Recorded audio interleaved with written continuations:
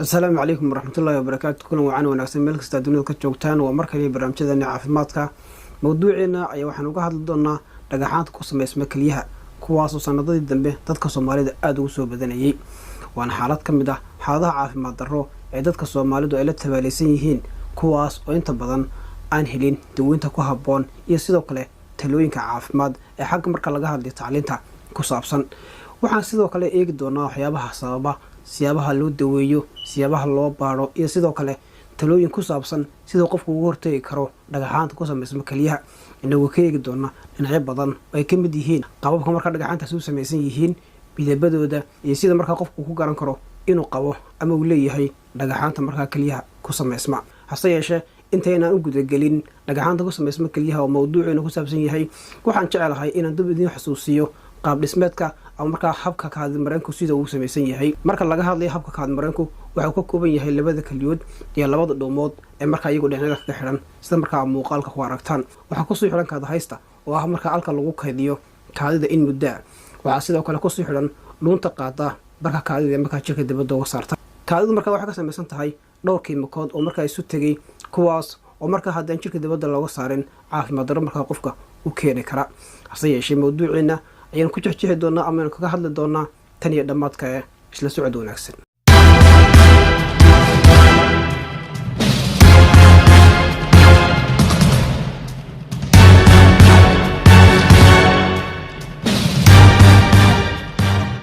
marka laga hadlayo dhagaxaanta ku sameysma kaliyaha waxa inta badan u sababa marka qofka jirkiisa ay ku yaraadaan dareeraha sida biyaha oo kale. waxyaabahaas marka keenaya waxa ka mid ah chemicals ama maadooyin chemical oo marka qofka jirkiisa ku jira kuwaas oo baahan marka in jirka dibadda looga saaro. taasoo marka keenaysa in chemicalskaas ay soo dhawaadaan isla markaana ay si adag isu qabsadaan taasoo ugu dambeyntii keenaysa dhagaxaanta kaliyaha in qofka marka kaliyihiisa ay ku sameysmaan. maxaa sababa marka dhagaxaanta kaliyaha ku sameysma? marka laga hadlayo waxyaabaha sababa waxa ka mid ah sidaan xusnay dareeraha oo marka qofka jirkiisa ku yaraada. hase ahaatee marka laga hadlayo dhagaxaantu way ku kala duwan yihiin qaabka ama muuqaalka guud sidoo kale xajmiga iyo sidoo kale midabka. marka laga hadlayo qaarkood waxay u eegyihiin ama ay leeyihiin qururaxa yar ama marka dhagaxaanta yar ee marka ku jira biyaha. qaarkoodna waxaa dhici karta in ay ka waaweyn yihiin. waxa sidoo kale marka qaarkood dhici karta in bukaanada qaarkood lagu arko dhagaxaan waaweyn kuwaas marka ay sabab u yihiin dhagaxaantii yar oo markaas soo dhawaaday oo isqabsaday. mararka qaarkoodna waxaa dhici karta in dhagaxaanta xajmigooda uu leekaado ama uu leegyahayba kubadda loo yaqaano golofka oo intiina badan marka asi wacan wada garanaysaan sida marka muuqaalkan iga sarreeya ku aragtaan. marka laga hadlay qaybaha loo qaybiyo dhagaxaanta kaliyaha ku sameysma waxaa ka mid ah calcium stones oo ah isagoo mid inta badan ay u sabab yihiin infekshanada kala duwan ee ku dhaca habdhiska kaadi mareenka gaar ahaana ka laga helo kaadida. tanina marka waxay keenaysaa in maadada calcium ama macdantaasi ay ku badato kaadida taasoo markaa keenaysa in markaa macdanta loo yaqaano calciumtu aana jirka markaa dibadda looga saarin taasoo markaa keenaysa in markaa macdanta calciumtu ay si adag isu qabsato isla markaana ay sababto ama ay keento ugu dambeyntii dhagaxaanta ku sameysma unugyada kala duwan ee markaa habdhiska kaadi mareenka gaar ahaana kaliyaha. waxaa kaloo ka mid ah loo yaqaano staphylococcus stones kan inta badan waxaa keena infekshanada ama caabuqyada kala duwan oo ku dhaca habdhiska kaadi mareenka taasoo inta badan keenaysa in qofka markaa kaadidu ay dib ugu noqoto. nooca saddexaad waxaa loo yaqaanaa uric acid stones. haddii marka xaddi fara badan qofka kaadidiisa lagu arko waxaa dhici karta in markaa qofka ay ku sameysmaan dhagaxaanta markaa kaliyaha ku sameysma. taasina markaa waxay soo dedejinaysaa in markaa shaqadii kaliyuhu u hoos dhac weyni markaa uu ku yimaado. inta haddii aan ka gudubno waxyaabaha kale markaa keeni kara waxaa ka mid ah dawooyinka sidoo kale oo qofku markaa uu qaato. dawooyinka waxaa ka mid ah anti-ulcers kuwa loo yaqaano ee loo qaato laaboolka ama laabdilooc oo kale markaa qofku uu qaato. waxaa kaloo ka mid ah dawooyinka ay ka mid yihiin aspirin oo markaa siyaabo kala duwan qofku uu qaato. waxaa kaloo ka mid ah antibioticska qaarkood. waxaa kaloo ka mid ah dawooyinka loo qaato cudurka loo yaqaano aidiska oo markaa uu keeno fayraska loo yaqaano HIV. waxaa kaloo ka mid ah dawooyinka iyaguna keeni kara dawooyinka markaa dadka suuxidda leh ama markaa miirdoosnka markaa uu ku dhaco iyaguna way keeni karaan. ugu dambeyntii waxaa ka mid ah dawooyinka markaa iyaguna sabab noqon kara dhagaxaanta markaa kaliyaha ku sameysma kuwa markaa qofka jirkiisa kaadi badan ka saara kuwa loo yaqaano diuretics kuwaas markaa keeni kara in markaa chemicals fara badani ay qofka jirkiisa markaa ay ku jiraan dareero badanna markaa qofka jirkiisa laga saaro. intaas markaa waxay ka mid yihiin waxyaabaha keeni kara ama sababi kara in qofka markaa dhagaxaanta kaliyuhu ay ku dhacaan ama markaa ay dib ugu soo noqdaan. calaamadaha lagu garto waa kuwo markaa aada u fara badan.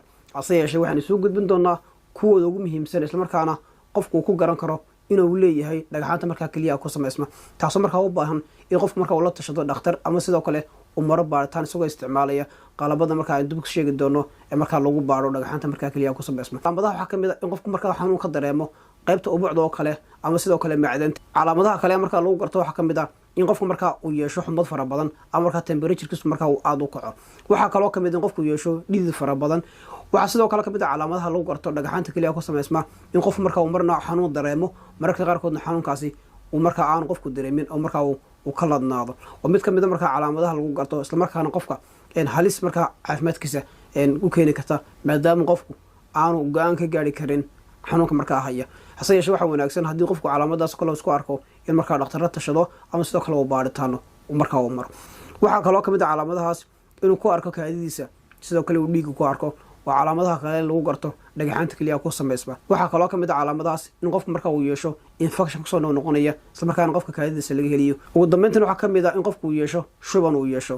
shubanka qofku uu yeelanayo waxay ku xidhan tahay haddii xajmiga dhagaxaanta ay noqdaan kuwo waaweyn ama qaradooda waaweyn tahay ayaa inta badan calaamadan dhaariyada ama shubanka markaa lagu gartaa. intaas marka waxay ka mid tahay calaamadaha lagu garto marka laga hadlayo dhagaxaanta keliyaha ku samaysma.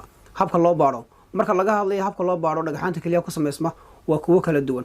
hase yeeshee marka laga hadlayo waxa ugu muhiimsan in qofku markaa dhagaxaantaasi laga baaro kaadidiisa. haddii markaa qurbiya laga helo ama markaa burbur ka dhagaxaanta laga helo waa calaamad muujinaysa inuu qofku leeyahay dhagaxaanta keliyaha ku samaysma oo mararka qaarkood markaa qofka kaadidiisa soo dhaafa iyadoo markaa ka imanaya keliyaha. tan markaa waxay noqonaysaa calaamad muujinaysa inuu qofku leeyahay dhagaxaanta markaa keliyaha ku samaysma. siyaabaha kale markaa loo baaro waxaa ka mid ah in qofku markaa dhiig laga qaado iyadoo markaa la eegayo maadada calciumta ama macdanta calciumta iyadoo la eegayo xadigeeda iyadoo la eegayo.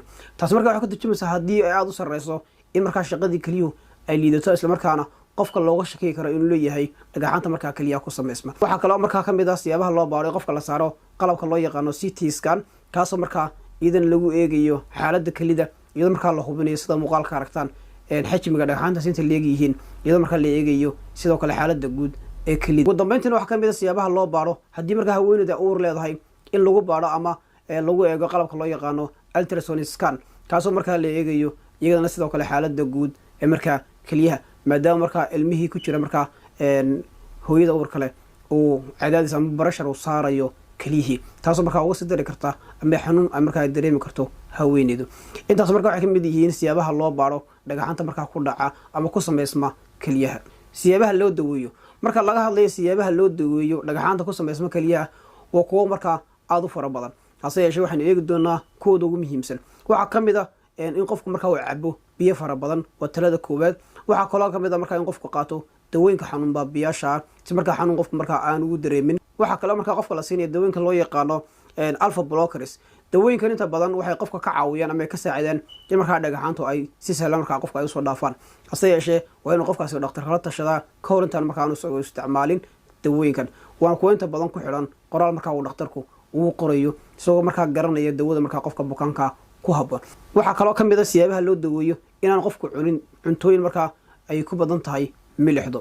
waxaa kale oo ka mid ah hababka loo daweeyo in qofka lagu sameeyo qalliin haddii xajmiga dhagaxaantu ay yihiin kuwo aada u waaweyn. siyaabaha looga hortago marka laga hadlayo hababka looga hortago dhagaxaanta keliyaha ku samaysma waxaa lasoo jeediyaa qofku inuu ka taxadiro in jirkiisu noqdo mid markaa ooman ama sidoo kale ay biyuhu ay ku yaryihiin. haddii taasi dhacdo waxaa dhici karta in markaa chemicalskii jirka ku jiray ay markaa si fudud isu qabsadaan islamarkaana ay keenaan ama ay sababaan dhagaxaanta keliyaha ku samaysma. sidoo kale waxaa lagu soo jeediyey talooyin caafimaad haddii marka qofku hore u lahaan jira dhagaxaanta keliyaha si markaa aanay dib ugu soo noqon inuu ugu yaraan maalintii uu cabo 3 litir oo biya. taasina waxay keenaysaa in marka qofku uu ka bad qabo dhagaxaanta keliyaha ku samaysma kuwaasoo markaa keena in markaa shaqadii keliyuhu ay hoos u dhacdo ama markaa sidoo kale ay keliyaha ay noqdaan kuwa howlgaba. talooyinka kale ee muhiimka la soo jeediyeen waxaa ka mid ah si qofku markaa uga hortago dhagaxaanta keliyaha ku samaysma haddii qofku markaa uu biyo cabayo inuu ku daro liinta weliba liinta loo yaqaano liin dhanaanta oo kale. waxaa kaloo ka mid ah in qofku uu cabo shaah iyo sidoo kale kafeega kuwaasuna ay la mid yihiin ama ay buuxinayaan booska markaa biyaha haddii markaa qofku aanu biyaha aanay isku wanaagsan ama markaa qofku aanu biyo badan aanu cabin. waxaa kaloo la soo jeedinaya qofku inuu ka dheeraado cabitaanka sharaabida markaa soodhaha leh ee loo yaqaano fiisiga. waxaa kaloo ka mid a ugu dambeyntii sidaan hore xusnay inuu qofku uu had iyo jeer uu ka fogaado isticmaalka cuntada ay ku badan tahay milixdu. intaas ayaan kusoo gabagabeynayaa mawduuciina ku saabsanaa dhagaxaanta keliyaha ku samaysma tan iyo kula dambe ku mahadsantiin daawashadiina nabadgelyo.